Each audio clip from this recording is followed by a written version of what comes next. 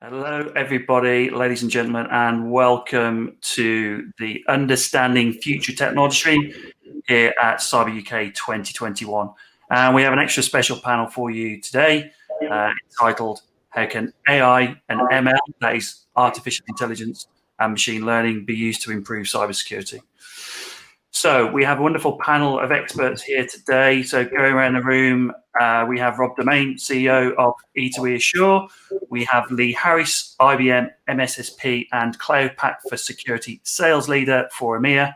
We have Jerry Cantwell, Director for Defence and National Security at UK Cloud X. Welcome, gentlemen. Thank you. Thank you. Okay, let's get straight in there. We don't have a huge amount of time. I'm going to go straight in with a really interesting question. What is the difference between artificial intelligence and machine learning? Now, I think I know the answer because there's a lot of hype and a lot of confusion, lack of clarity. And so can we offer any more than that? Or are we recognizing that there's a problem here in the terminology? Rob, to you first, but if you could, please. Thanks, Mark. Yes, I'll give it a go. I guess AI is a broader area of interest, if you like, and machine learning is a subset of it. At least that's my limited understanding. I think when it comes to cybersecurity, people often look to implement ML first because it's something that's looking to make sense of data, and that's kind of what cybersecurity kind of generally is about. So that's my understanding. May not be right, but that's where I am. It's a good shot. Lee, what do you think? Yeah, I'd agree with Rob. It's obviously a subset of AI, and machine learning, as Rob says, tends to be more adopted much quicker. It's a lower cost of entry for building in intelligence into your solutions. So, AI comes with quite a hefty price tag on it. So certainly ML is a starting place for most organizations building some sort of automation and capability into their SOC. Okay, thank you, Lee. And Jerry? Yeah, I would agree with the other two panelists. Very much a machine learning subset of AI. And very much currently being used as a means of performing the heavy lifting, lots of the repetitive tasks, lots of lower level learning from data and evolving. Where we haven't got to yet is the nirvana of that sort of self-thinking machine, where it not only actually applies real intelligence to it, but brings in consciousness and emotion as well. And we haven't really got to that stage yet. So where we have evolved to is actually really useful in cybersecurity implementations. Yep, good. And that kind of enhanced level of intelligence does really bring about some key, really scary things that we'll probably come on to talk about anyway. So the theme here is to look at how cybersecurity can be improved through the use of technologies such as ML or AI. And Rob, can I come to you first, please? Maybe you've got a good example for us of how machine learning is working well within your area of expertise. Sure. So we're a SOC business, so we're interested in detection and response. I guess there's two areas there where you can look at AI. The first one is detection. How could you better detect something? And I guess where we've used it is with anomaly detection, looking for a pattern and giving us a new view of it, saying this is an anomaly. And on the other end is automating analyst processes, automated analyst. But I say, there's a bit of myth busting to be done here. Because I think when a lot of people talk about AI in this area, they're really just doing a bit of programming of logic steps. If this happens and this happens and maybe this too, then it's that, and if not that, then it's this. So I guess there's a little bit of myth busting that we wouldn't really call that implementing an AI analyst. We would just call that good automation. So I guess there's probably more to talk about in that area. Yeah. Okay. Great. Thanks. And Lee, what in your experience has been a good, effective implementation from a cybersecurity perspective of ML or AI? Yeah, as a vendor, we're obviously developing technology for both threat detection and remediation. Where we've been focusing our efforts is around the investigation piece, where a traditional SIEM will throw up alerts which the analyst then has to go and manually investigate, and that's typically the most time-consuming piece of the investigation before they get to fully remediating. So we've been using Watson to understand threat data and being able to crawl the web and gather unstructured security data from reports, webinars, events, data breaches, consolidate that down into a database that when the SIEM throws up an offense, we can use Watson to go and correlate externally to the threat of data that we've gathered and enrich the threat that the analyst gets without them having to do all of that manually. So you're describing there, Lee, I guess accelerating the process of transposing unstructured data into something that is a rich data set and can be reused. Something I guess we've been wanting to do for many, many years, but now we've got the tools to be able to do that. Is that right? It is, yes. Yeah. Yeah, okay. Good, thank you. Jerry, if I can come to you next, please. We often hear about the risks of AI or machine learning going wrong. Many really bad, probably unreal myths around the fact that, we may all get replaced by bots at some point. But is there any truth in this? I mean, are we over-reliant upon any of these things at the moment?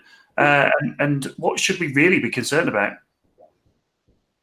I was thinking about this in the context of the car manufacturing process. And if you think back 20 years or so, when they first started introducing robots into that process, yeah.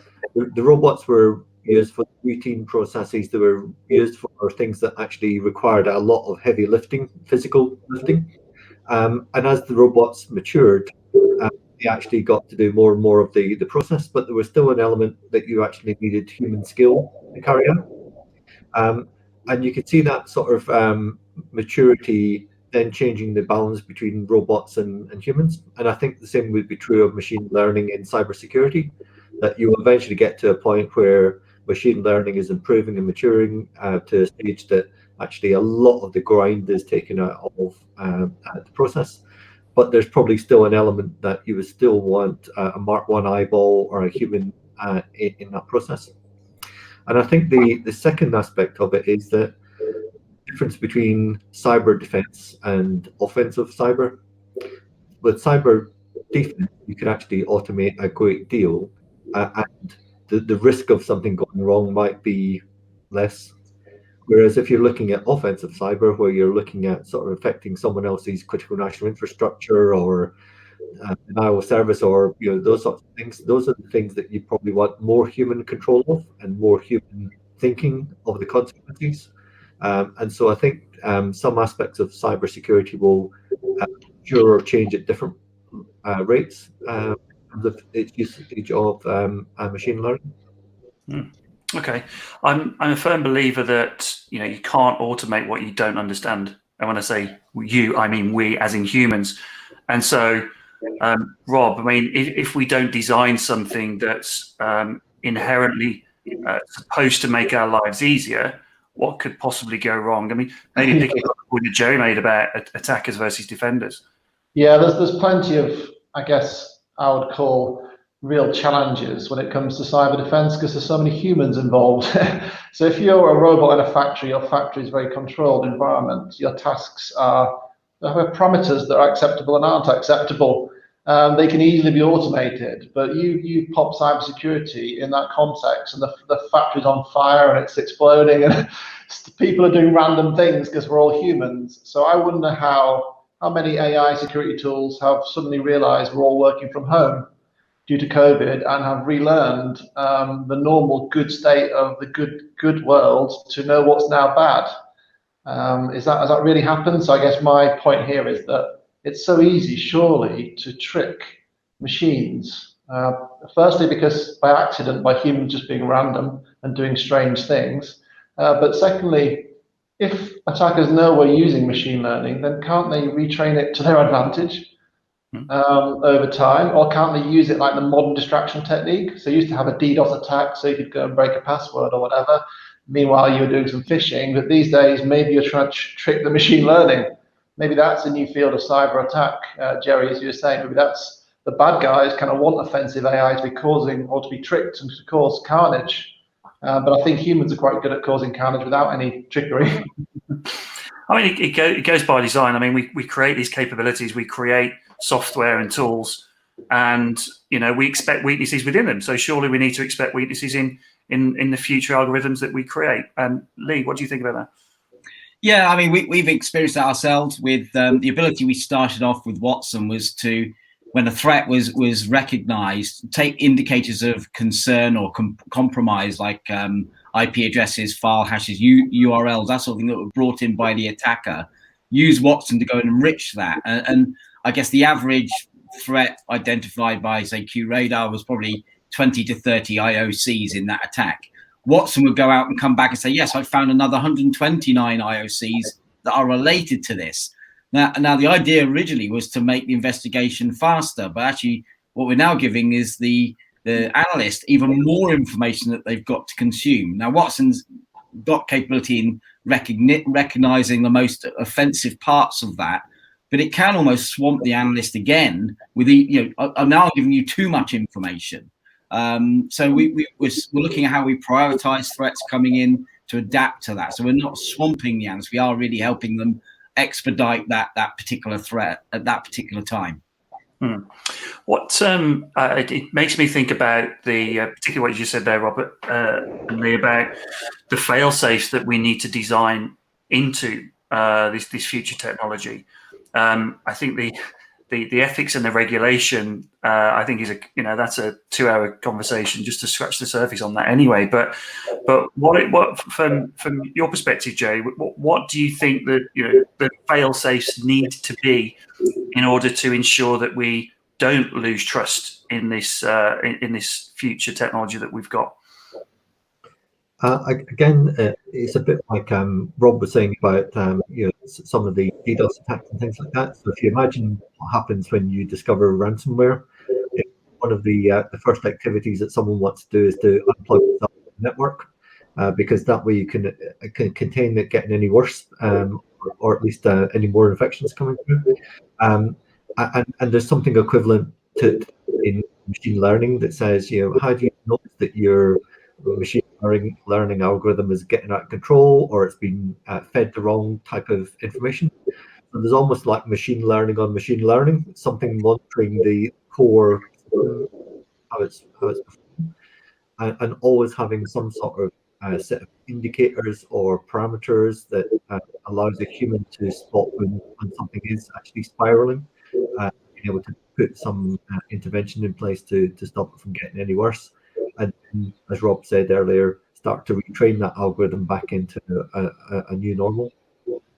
Rob, are we going to need a SOC to monitor the new artificial intelligence?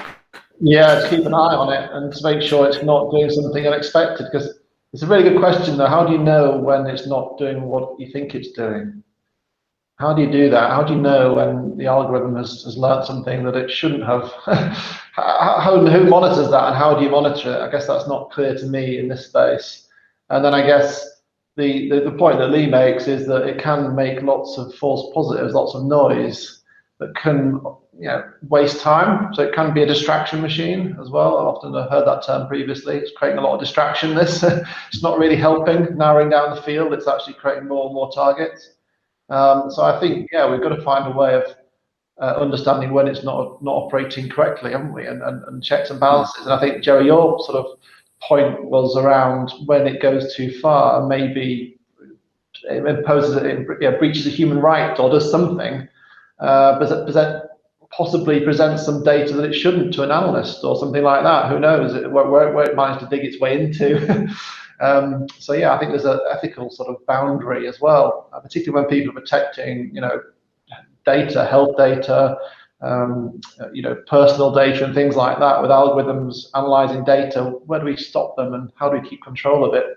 But again, how do we stop misinformation is more of our problem. How do we stop it causing confusion? Not, is the opposite of what we want in a SOC is confusion. Yeah. It strikes me that whilst we're capable as humans of understanding logic and algorithms, actually, when you talk about artificial intelligence, are we talking about something that's beyond the capability of a normal human, a typical human, to understand that? Do we need it? Is there going to be an even bigger gap in the skills shortage here? Lee? I think it's going to. I mean, from our point of view, what we're trying to do is reduce some of the mundane activity and allow the analysts, because they're in such demand. There are more attacks generating more alerts. There are less analysts in the market. how do we bolster their capability? How do we keep them interested and being able to understand, and do almost on the fly learning when AI is going to help them with that, because there's so much they have to be aware of from new attacks. But one of the things we also need to look at AI is things like fairness, data transparency and explainability, so that not only have we got something we can take to the board of the organization, but how the analyst can understand how AI got to that decision process, because we want them to learn. We don't want it to be a black box that they just wait for the answer to come out and then act on it. We will need them to understand why AI or machine learning got to that point. Open question. Does anybody know of any central bodies or authorities looking at the regulation around this? I'm not familiar with anything within cybersecurity itself. There are bodies within AI to make it corporately responsible and that sort of thing, but not from a cybersecurity point of view. I'm not aware of. Okay, at least it's worth noting that if anybody's considering the adoption of such technology, then be aware of the risks and think about how you implement it. Okay, and coming on to the final questions then. In terms of the effectiveness of AI and ML within cybersecurity, what do we think the next big steps either are going to be, or actually what we should actually influence? What should we make the next big steps within this area, this field to be? Joe, if I can come to you on that question first of all, please. I think one of the things for me about machine learning evolving is about trust. Trust in the algorithms, trust in the ground truth data, all of those things, which actually mean that people are more relaxed about having to utilize machine learning. I think the other thing, just picking up on the skills point, that's relevant as well, is about the skill sets of the people we now need to employ in cybersecurity, not just the people who understand protocols and the ability to analyze big chunks of data, but also starting to almost train people in wargaming. If you think about sort of asymmetric warfare, that's where you're likely to be in the cybersecurity domain, where something happens over there and an adverse effect happens over here, and being able to avoid those sorts of things, plan those things, exercise them, that sort of thing. So I think there will be an evolution in the skill sets required and the disciplines required in order to complement the machine learning that we now deploy into cybersecurity. Thank you. I'm going to break protocol and go backwards this time. I'm going to go anti-clockwise on my screen to Lee. Final kind of question: how do we improve the maturity within cybersecurity in this area?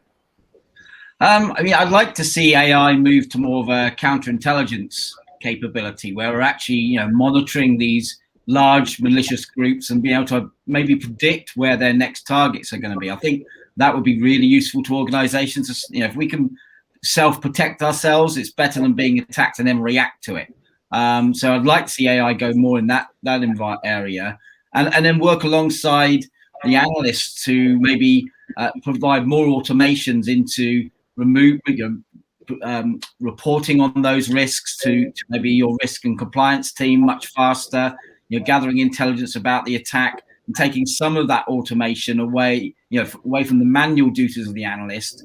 But what we have seen is automation is not great for everything. There's still a need for a human person to be in that decision chain to say yes, do that, yes, do that. So not taking over completely, but speeding up some of the automation processes. Thank you. And finally to yourself, Rob, how can AI and ML be used to improve cybersecurity?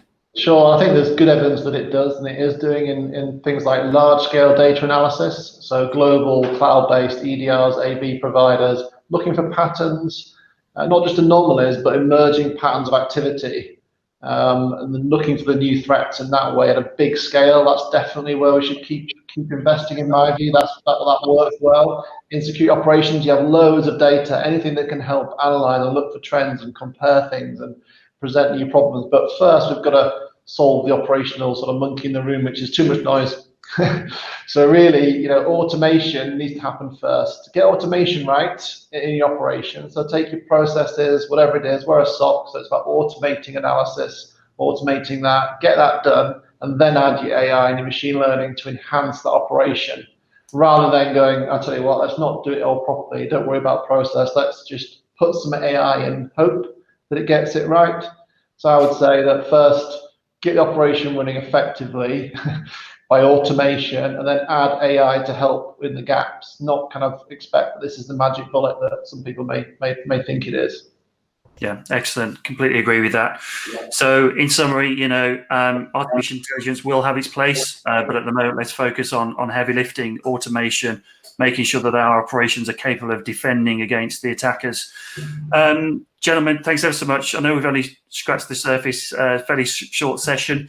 Really appreciate your time and your wisdom there. Everybody else, thank you for watching, and send us some questions offline if you'd like to, and enjoy the rest of the Future Technology stream here at Cyber UK. Thank you very much again, gents. Thank you. Thank you.